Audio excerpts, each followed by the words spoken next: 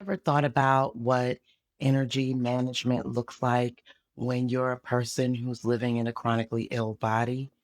It's a real thing for us, right? I am just getting over a month of being sick.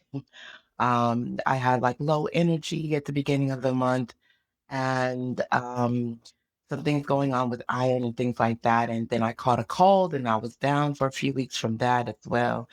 And now I'm just sort of getting back to moving around the house and feeling more like myself.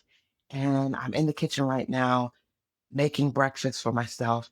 And I started thinking about what does energy management look like when you have these highs and lows as a person who's chronically ill? Because for several weeks, I didn't really feel like cooking, right?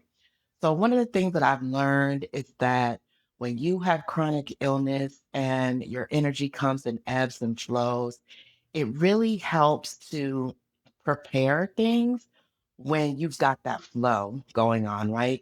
Maybe your energy's a little bit higher, your clarity is there, your creativity is there.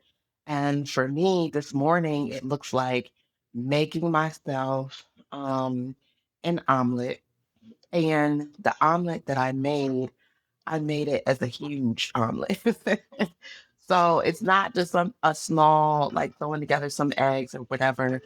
You might hear me clanging in the pans over here, but I actually made a big omelet and then I was able to cut it in half, which means that I'll have some servings for tomorrow. Because guess what? For me, tomorrow is Friday and it's the end of the week. And a lot of times, I don't know about you, but for me, when I get to Friday, I don't feel like doing anything. I know me, I know my energy's going to be low. Probably my motivation to cook is going to be low, but I'm also going to be hungry in the morning. And when that motivation is low, when that energy is low, I can get meals because I just don't feel like cooking or I just can't figure out what it is that I want to eat. So, because I have the energy today, I'm thinking about the tomorrow version of me and pre cooking for her so that she can eat with ease, right? So, sometimes it's like that for those of us who have chronic illness. It is about thinking about our tomorrow version or the version of us that will be maybe tired or low energy or have brain fog and all those other things that come with a lot of chronic illnesses. So it's like in our peak moments when we're feeling great, we don't have to overdo it. We don't have to overwork ourselves, but we can think ahead about the tomorrow version of ourselves. So I'm just sharing this with you to invite you to consider what is the tomorrow version of yourself when you're in your peak moment? What is something even small that you can do? Maybe it's going ahead and putting those washcloths away in a place that your tomorrow self will appreciate because they'll be somewhere where she can find them and access them, right?